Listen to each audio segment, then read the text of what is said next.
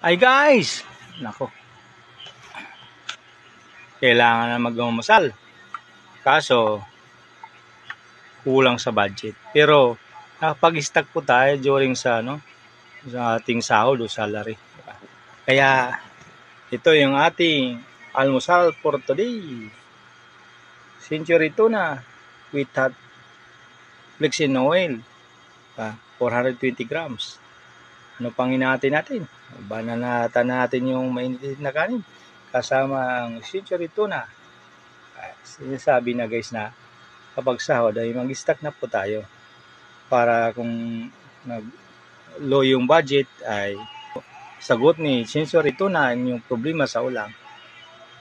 Kaya guys, kung ngayon wala ka pang ulam, ay pumunta na po tayo sa pinakamalapit na tindahan o convenience store na pwede natin bilhan. Or sabi nga, tulad nga ng salary na, sahod time na, ay bumili po tayo ito, mag-grocery po tayo at mag-stock para anytime o alangayang oras ay may ulam po tayo.